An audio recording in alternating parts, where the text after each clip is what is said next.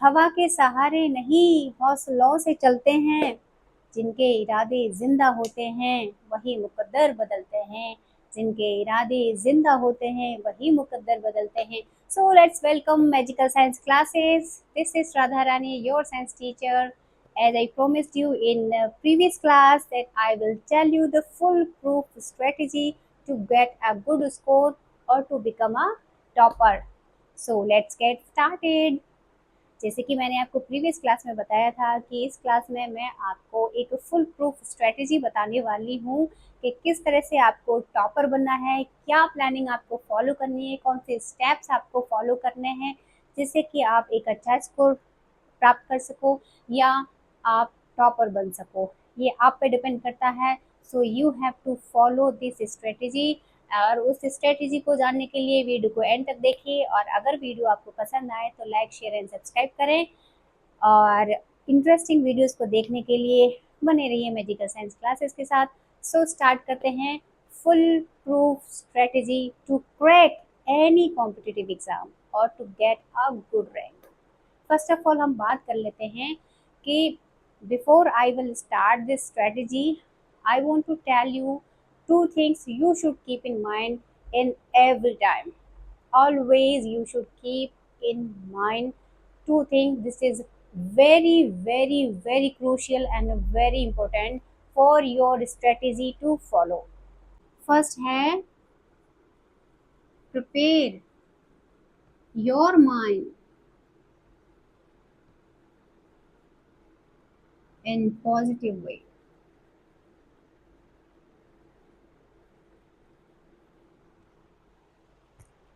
This is not a strategy, this is not a step, first step to strategy. ये है वो दो चीज़ें जो आपको हमेशा अपने माइंड में रखनी है, क्योंकि जब आप अपने माइंड को प्रिपेयर करते हो कि मुझे इस चीज़ में एंटर करना है, मुझे ये चीज़ करनी है, मुझे ये चीज़ हासिल करनी है, I want to achieve this goal, I want to achieve this target, so you have to prepare your mind first in positive manner. कैसे? अब मैं आपको इसके आधार पर एक स्टोरी नरेट करती हूँ जो कि छोटी सी है, उससे आपको समझ में आ जाएगा कि मैं क्या कहना चाहती हूँ। ठीक है? एक गांव में एक पर्सन रहता था, उसके पास एक घोड़ा था, हॉर्स था। तो डेली उसको वो पानी पिलाने ले जाता था, डेली उसको चारा मतलब घास खिलाने के लिए ले जाता था, डेली उसका ये काम हुआ करता था। एक दिन घोड़े के मन में आई कि मुझे पानी नहीं पीना है, लेकिन वो उसका रूटीन था, उसको घोड़े वाले का रूटीन था कि उसको लेके जाना है, उसको पानी पिला के लाना है। उसने पूरी कोशिश की उसको ले जाने की, पर वो नहीं गया। उसने अपना पूरा दम लगा दिया उसको ले जाने के लिए। वो जैसे तैसे करके उस तालाब तक तो पहुंच गया जहां वो उसे पानी पिलाता था, लेकिन उसको वो पानी नहीं पिला सका। कैसे पिला सकता था? आप ही बताइए। अगर आपको प्यास नहीं लगी है, अगर आपको भूख नहीं लगी है, तो कोई आपको जबरदस्ती खिला सकता है क्या? क्या आप उस चीज को खा सकते हो क्या? आप बताइए। उस चीज को पी सकते हो क्या? इवन एक घूंट पानी भी नहीं पी सकते। अगर आपको प्यास नहीं है, आपके साथ कोई जबरदस्ती भी करे तो आप साफ मना कर दोगे, नहीं भाई नहीं, I don't need, I am not thirsty, मुझे जरूरत नहीं है, मैं प्यासा नहीं हूँ।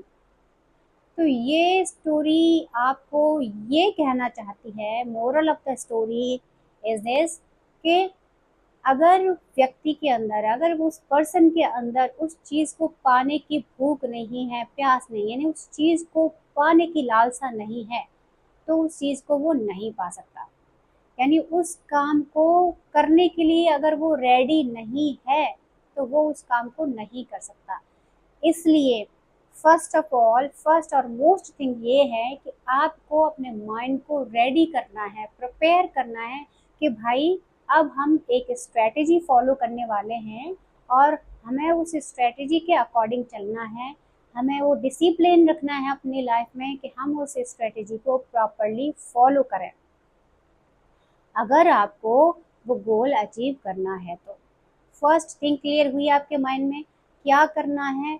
You have to prepare your mind in a positive way that I can do it, I am ready to do it.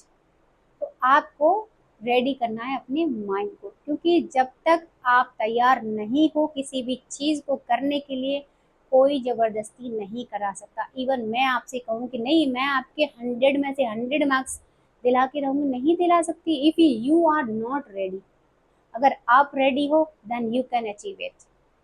इसलिए फर्स्ट ऑफ ऑल आपको क्या करना है, you have to prepare your mind. आपको अपना माइंड तैयार करना है कि yes I will do it, I will do it and I want to do it. मैं करना चाहता हूँ, कोई ज़बरदस्ती नहीं करा रहा, मुझे करना है।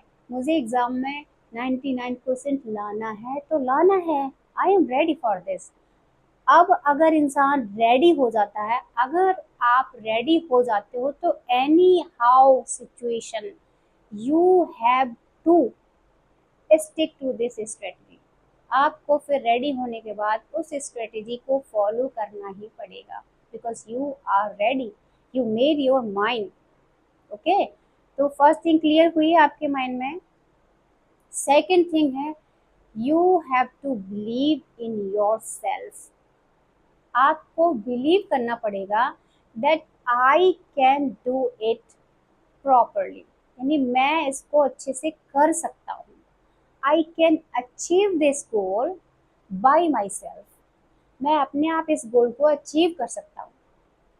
अगर आपने, क्योंकि क्या होता है कि बहुत सारे बच्चे पहले से डाउट करके बैठ जाते हैं अपने माइंड में, अरे यार मेरे से नहीं होगा, ये टफ है, लेंदी कोर्स है, नहीं होगा, टाइम कम है। मतलब बहुत सारे एक्सक्यूजेस होते हैं उनके पास। वो एक्सक्यूजेस क्यों होते हैं, क्योंकि वो उनको करना तो होता नहीं है। अब करना नहीं है तो अपने आप को ब्लेम नहीं करना, तो कुछ चीज़ें तो ऐसे निकाल के लाएंगे ना, वो कुछ चीज़ें तो ऐसे प्रिपेयर करेंगे ताकि लोगों को लगे हाँ भाई इसके बस की बात नहीं थी, बेचारा बेचारे ने मेहनत की बट ये नहीं कर पाया।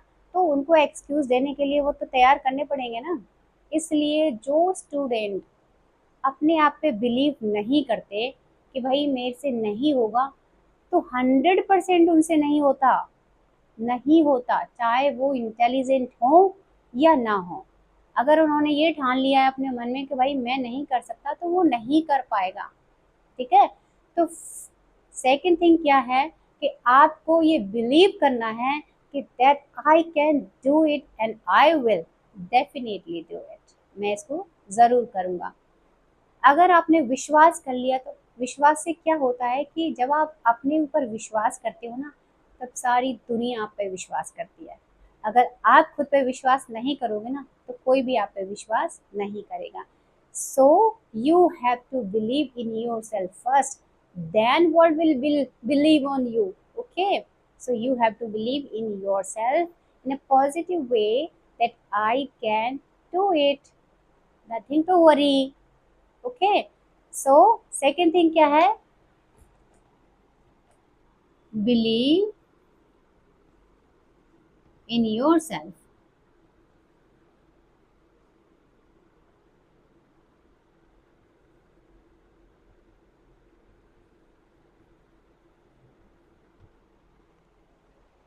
जब भी कोई कंपटीशन स्टार्ट करने जा रहे हो, जब भी कोई सेटअप स्टार्ट करने जा रहे हो, जब भी आप पढ़ाई स्टार्ट करने जा रहे हो, तो यू हैव टू प्रिपेयर ये टू थिंग्स। ये आपको ये दो चीज़ें प्रिपेयर करना ज़रूरी है। उसके बाद, उसके बाद you can follow the strategy properly. ठीक है, तो इसके बाद हम स्ट्रेटजी की बात करते हैं कि अब वो स्ट्रेटजी क्या होने वाली है, ताकि आपको, क्योंकि बहुत सारे टॉपर्स के अपनी अपनी स्ट्रेटजी होती है, अपनी अपनी प्लानिंग होती है, उनका पढ़ने का तरीका अलग अलग होता है। कुछ स्टूडेंट्स ऐसे होते हैं, टॉपर्स स्टूडेंट की बात कर रही हूँ मैं, कुछ स्टूडेंट्स ऐसे होते हैं जो अर्ली मॉर्निंग पढ़ते हैं, कुछ स्टूडेंट ऐसे होते हैं लेट नाइट तक पढ़ते हैं, उनका अर्ली मॉर्निंग नहीं उठा जाता है। कुछ स्टूडेंट होते हैं कि कहते हैं कि मैंने 10 घंटे पढ़ाई की थी, कुछ स्टूडेंट होते हैं कि हाँ मैंने 14 घंटे पढ़ाई की थी।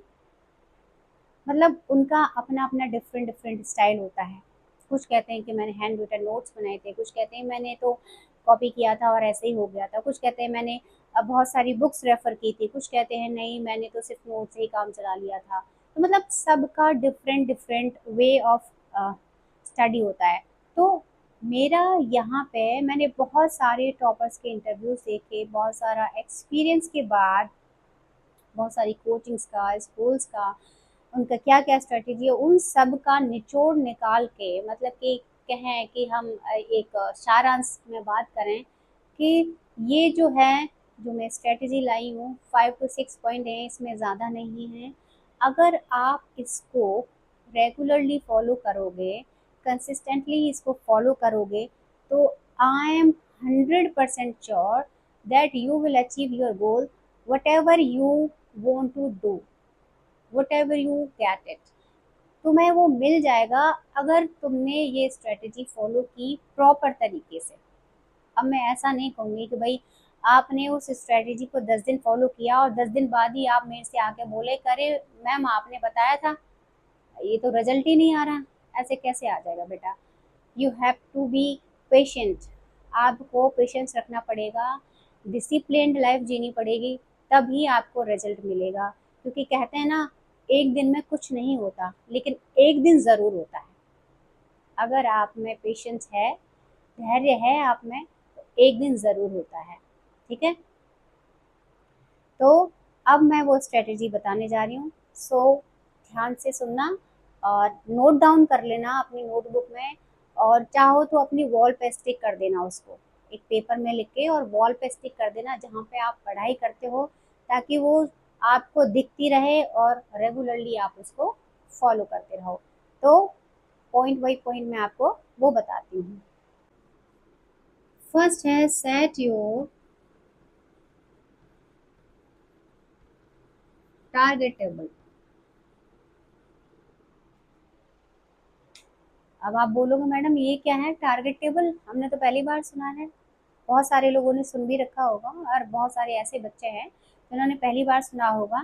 तो टारगेट टेबल का मतलब है कि आपको डेली का टारगेट बनाना है। जैसे आपके पढ़ाई स्टार्ट हो चुकी है, क्योंकि जुलाई चल रहा है ओबियसली, तो 10th क्लास की पहले से पढ़ाई स्टार्ट हो चुकी है।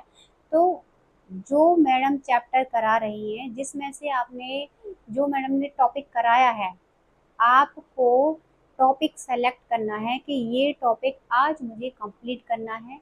और इस टॉपिक से रिलेटेड जितने भी क्वेश्चंस हैं जो प्रीवियस एग्जाम्स में पूछे गए हैं, या सैम्पल पेपर्स हैं, या तुम्हारी एनसीईआरटी बुक से क्वेश्चन है, या तुम्हारी एनसीईआरटी जो एग्जाम्पलर बुक है उससे क्वेश्चन है, या तुम्हारी रेफरेंस बुक से, जितने भी उस टॉपिक से रिलेटेड क्वेश्चन हैं, you have to do the same day.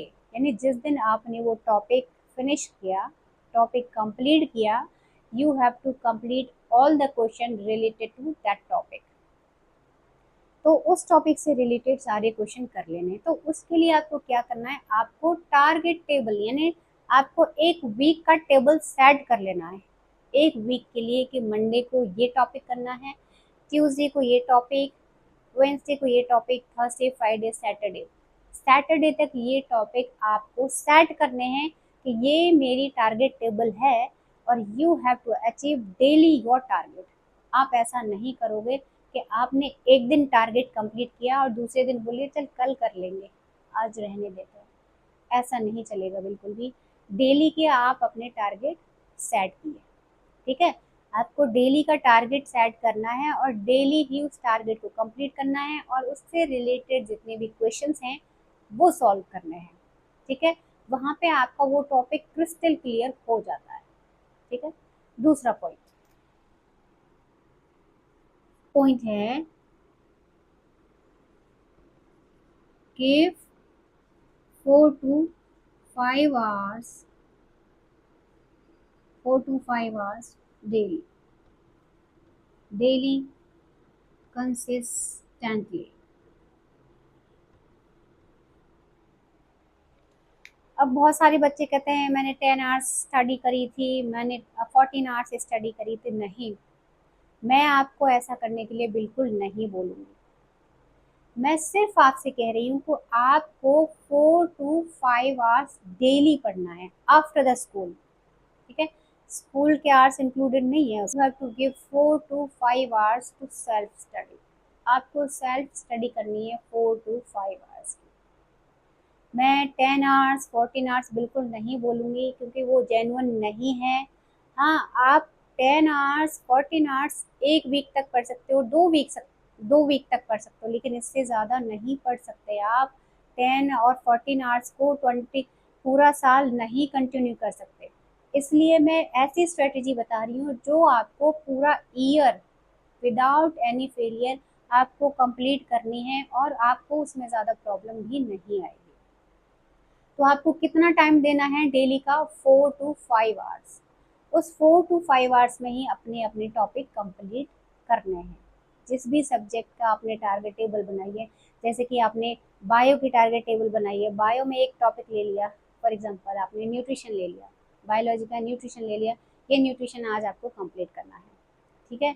दूसरा आपने मैथ्स का ले लिया या सोशल साइंस का लिया, तो छोटे छोटे टॉपिक्स की वो टेबल तैयार करनी है कि आज की हमारी टारगेट टेबल ये है और ये सारे हमें आज कंप्लीट करने हैं। तो उसके लिए minimum 4 to 5 hours he requirement होते हैं, इससे ज़्यादा की ज़रूरत नहीं होती, ठीक है। क्योंकि ये आपको कंसिस्टेंटली करने हैं, because the consistency is the key point in your success.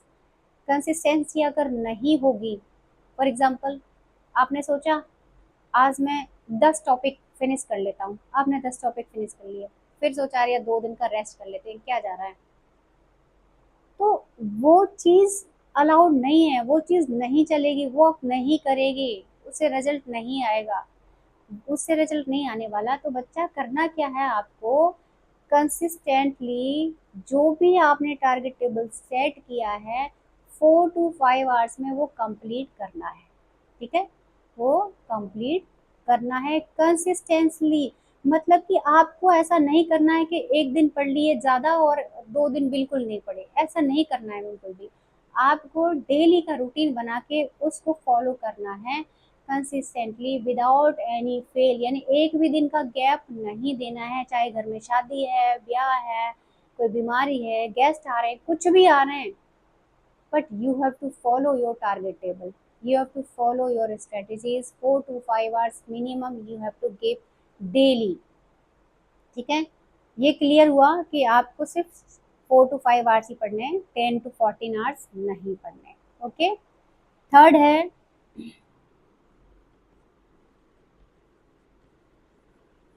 Complete your backlog.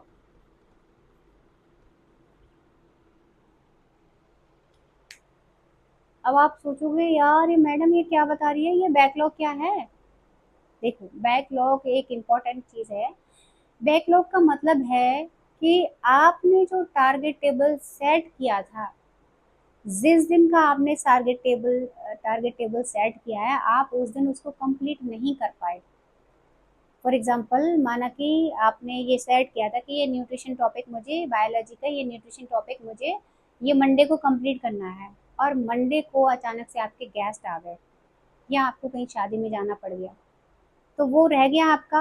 Urgent था, जाना पड़ गया आपको, घर वालों ने प्रेशराइज किया, जाना पड़ गया, कोई बात नहीं, चले गए आप, और वो उस दिन का टारगेट रह गया। तो आपको क्या करना है? आप दिन में गए हो गेस्ट के यहाँ, या आप रात में गए हो, लेकिन आप ऐसा तो नहीं कि पूरे 24 घंटे के लिए गए हो। आपको क्या करना है? अगर आप दिन में गए हो तो उस टारगेट को आपको नाइट में कंप्लीट करना है, अगर आप नाइट में गए हो तो उस टारगेट को आपको डे में कंप्लीट करना है। But you have to complete in a same day complete करना, बिकॉज अगर आप उसको सेम डे कंप्लीट नहीं करोगे तो वो आपका बैकलॉग बन जाएगा, क्योंकि नेक्स्ट डे का टारगेट आपने पहले से ही ले रखा है। आप उस टारगेट को पूरा करोगे और वो वाला भी, पहले दिन वाला भी टारगेट आपके पास, तो वो बर्डन बन जाएगा आपके लिए, और ये बर्डन धीरे धीरे धीरे बढ़ता चला जाएगा आपके पास, और फिर आपको बोरियत होने लगेगी कि अरे यार बहुत ज़्यादा हो गया, छोड़ो, ये सिस्टम मेरे लिए वर्क नहीं करेगा। फिर आपको ऐसे लगने लगेगा कि ये स्ट्रेटेजी मेरे लिए वर्क नहीं करेगी। तो ये माइंडसेट लाने से पहले आपको करना क्या है कि आपको अपने बैकलॉग सेम डे कंप्लीट करने हैं, वो आप नेक्स्ट डे के लिए ट्रांसफ़र नहीं करने। बहुत से स्टूडेंट्स की क्या आदत होती है, अरे चल छोड़ना कल कर लेंगे, कल भी सोचते हैं अरे छोड़ना परसों कर लेंगे।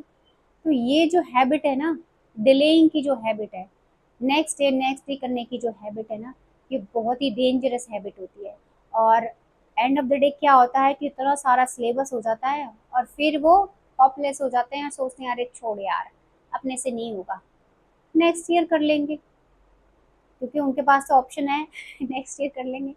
इसलिए आपको वो हैबिट नहीं डालनी है। वो हैबिट अगर है भी तो you have to improve your habit, उसे सुधार लो, वरना तो ये स्ट्रेटेजी फिर वर्क नहीं करेगी। फिर आप मेरे से मत कहना कि मैडम मेरे लिए तो ये वर्क नहीं करेगी।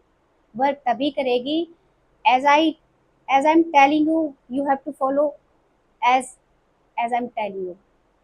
आपको वैसे ही फॉलो करनी है जैसे मैं आपको बता रही हूँ।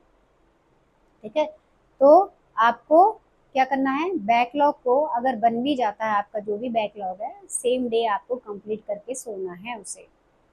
ठीक है, नेक्स्ट टारगेट स्टार्ट करने से पहले आपका बैकलॉग कंप्लीट हो जाना चाहिए। हो गया ये complete, backlog complete. Okay, fourth है वीकली एनालिसिस।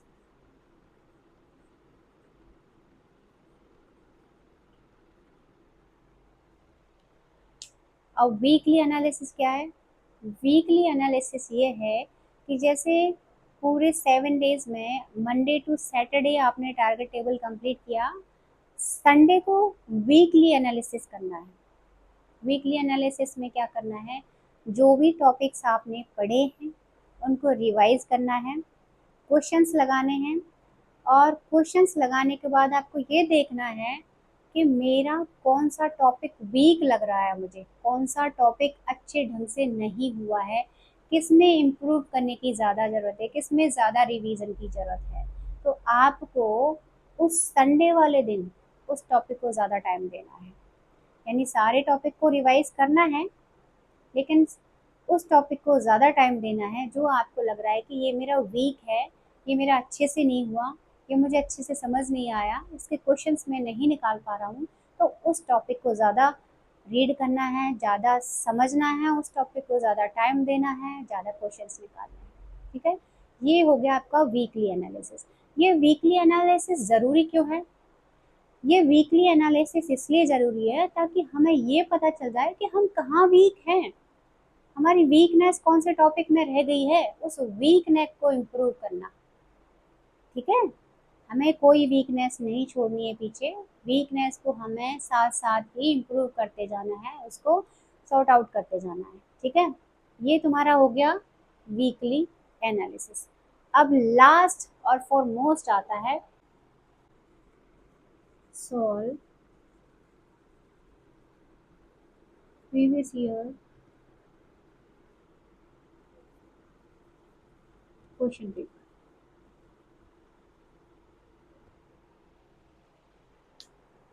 फिफ्थ में क्या करना है आपको, फिफ्थ पॉइंट ये है कि जब आपका वीकली एनालिसिस हो जाए तो आपको प्रीवियस ईयर्स के पेपर्स निकालने हैं और उनमें से एक पेपर को सेट करना है और उसी तरह से वो सारे क्वेश्चन सॉल्व करने हैं जैसे कि आप कोई एग्ज़ाम दे रहे हो। आप ये समझो कि आप एग्ज़ाम में बैठे हो और एग्ज़ाम दे रहे हो, वो टाइमिंग आपको सेट करनी है और उस टाइमिंग के अकॉर्डिंग वो पेपर आपको सॉल्व करना है।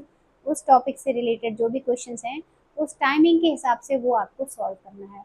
वो मैं इसलिए कह रही हूँ कि बहुत सारे बच्चों को क्या है, फियर ऑफ एग्ज़ाम हो जाता है, क्योंकि उनको सब कुछ आता है लेकिन जैसे बोर्ड एग्ज़ाम देने जाते हैं वो ब्लैंक हो जाते हैं, एकदम से भूल जाते हैं बहुत सारी चीज़ों को, रिग्रेट करते हैं कि कैसे नहीं याद आ रहा, क्योंकि इतनी हाइपर टेंशन हो जाती है उनको, डिप्रेशन हो जाता है उनको, एग्ज़ाम फोबिया कहते हैं ना, एग्ज़ाम फोबिया हो जाता है उनको, मतलब इतना पढ़ने के बाद वो एग्ज़ाम में जाके ब्लैंक हो जाते हैं।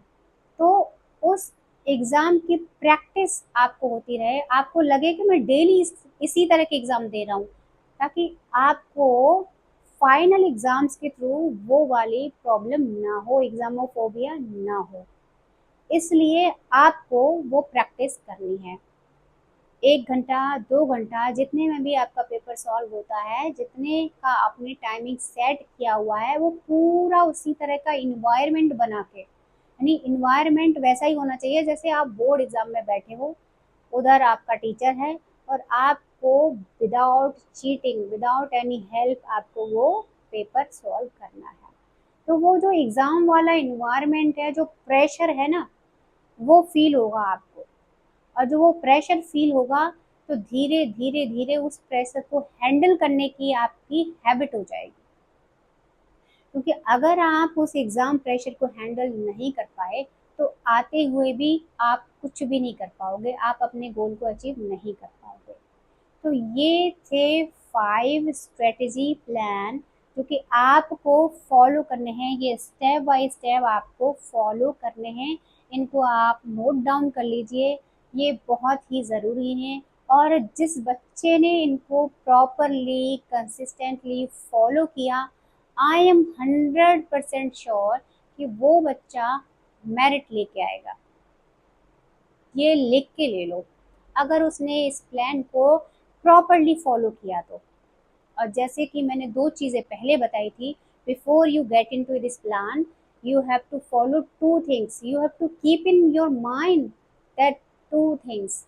ओके, तो अगर जिस तरीके से मैंने आपको बताया है आप प्रॉपर फॉलो करोगे तो I am sure that you will get your goal, you will achieve your goal, you will achieve your target whatever you set for you। ये आप पे डिपेंड करता है कि आपने अपने लिए क्या टारगेट सेट किया है। क्योंकि बहुत सारे ऐसे बच्चे होते हैं, वो तो कहते हैं अरे यार मैं पास हो जाऊं वही बहुत है मेरे लिए।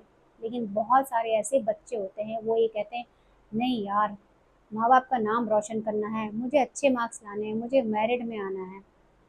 तो इसलिए ये आपको फॉलो करना पड़ेगा। मैं आपसे एक बात और कहना चाहती हूँ end of the this class, दिए की तरह जलना सीखो, हर कदम में चलना सीखो, मंजिल अपने आप आपके कदम चूमेगी।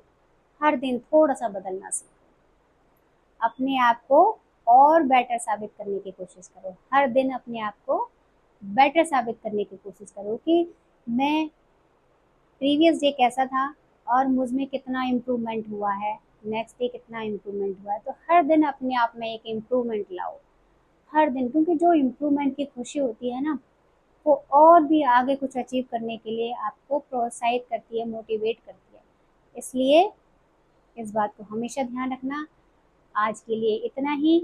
अगर आपको ये पसंद आए तो लाइक शेयर एंड सब्सक्राइब करें और मुझे कमेंट ज़रूर करें कि आप इस स्ट्रेटजी को फॉलो कर रहे हैं या नहीं कर रहे हैं और आपको ये स्ट्रेटजी कैसी लगी। ठीक है, okay, so bye bye, thank you so much.